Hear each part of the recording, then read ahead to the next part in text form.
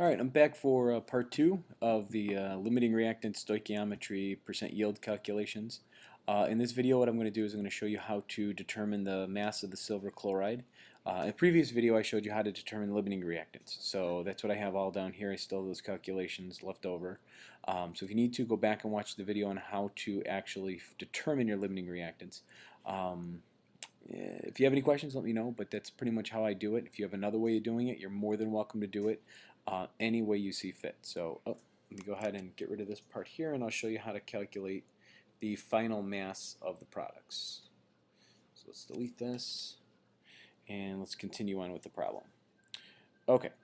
So far I've determined in the last step that silver nitrate is my limiting reactant. So that's the one that's going to run out. So what the limiting reactant means is it's going to control the amount of products. I can't make any more silver chloride if I don't have any silver from the silver nitrate to produce silver chloride. So therefore, this shuts the reaction down. Otherwise, the reaction would continue forever. So how do I find the mass of silver chloride? Well, to be honest, everything in these two boxes is going to be based on your limiting reactant. So once you find that limiting reactant, everything else hinges on that. So what I'm going to do is I'm going to find the mass of the silver chloride. Okay, so to do that, what I'm going to do is take the 0.035 moles of my silver nitrate, and I'm going to go ahead and make a conversion from moles of silver nitrate to the moles of silver chloride. Now if you look at this right here, this change, notice the change is the same, isn't it? It's a 2-to-2 ratio. So therefore 2 from the balanced equation, or whatever this is, this one's going to be 0.035 moles of silver chloride. Okay, so if you see that in the chart, I mean, might as well just go ahead and fill it in, right? So if you want to continue with the stoichiometry here, the last step here is to go from the moles of silver chloride now to the mass of silver chloride using the molar mass. And the molar mass is 143.35.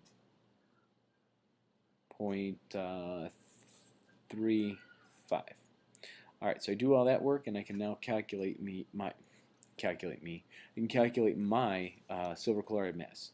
So 0.035 times 143.35. I can skip the 2's, of course.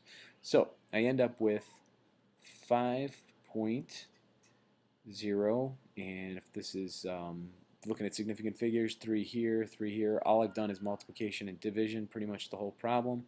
So I would have 5.02 grams of silver chloride produced. Okay? So that's how I would find my mass of silver chloride. Now, later on, when we do solutions, or we do, concentrations of solutions and things of that nature, we're doing gas laws and pressures and volumes, everything in moles. If you do everything in moles, if I want to convert this to a volume, I would use the ideal gas law. If I want to convert something to a concentration, I would use the molarity.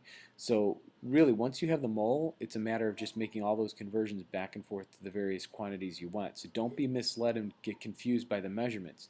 Strip the measurements down to moles, and everything you're going to do all year long with stoichiometry will be exactly the same. Okay, and I'll keep reiterating that over and over again because a lot of people get confused. I think they have to learn solution stoichiometry, gas stoichiometry, solid stoichiometry, precipitate stoichiometry, electrochemical stoichiometry. It's all the same thing. Okay. Anyway, so that's the mass of the silver chloride produced. Now, if you wanted the barium nitrate, you can go ahead and figure that out as well. And the same thing, again, we don't need it for this particular problem, but if we did, we could figure that out by either, one, solving for x if you wanted. Based on this equation here, you could do a quick little algebra and say that 0.035 moles minus 2x is equal to 0, right? And that's what that says as you go down that chart, and you could solve for x, okay?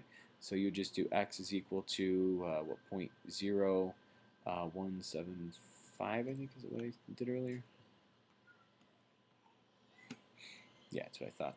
Okay, so that's what x would be equal to. So if this is 0 plus x, I could easily say that this is 0.0175 moles.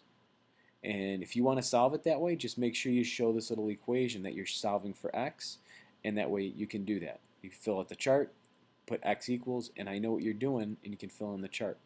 Okay, but I have to see what you're telling me x equals.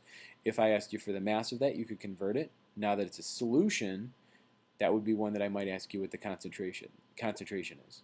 Anyway, we'll get to that in the next chapter. So for now, take a look at how I solved this, how I got the mass based on that limiting reactant. And one final word on this. At the end of this reaction, this is where you want to look at. So if they're talking about the outcome of the reaction, after the reaction goes to completion, this is where you want to look, right? Because a lot of students think of chemical reactions as left to right, that you would look at the left side and then convert. You don't want to do that, because at the end of this reaction, what I have left over in the solution is I still have some barium and chlorine here, don't I? So in the beginning, I have silver ions, sodium nitrate, nitrate ions. Over here, I have barium ions and chloride ions. So, those are all present. Over here, the silver and the chloride have come together to make a solid. They're no longer in solution. They've now made a solid substance. What I still have in solution is barium and nitrate. But don't forget about the barium chloride, because I still have some chlorine in the solution as well. I removed all of the silver. So the only ion that's no longer in the solution is silver. The idea is that you want to think about reactions as the after down here along this column, this row. That's a great way to stop and think about chemical reactions. Okay, so hopefully that helps. We'll continue looking at this stuff in class, and I'll see you guys later.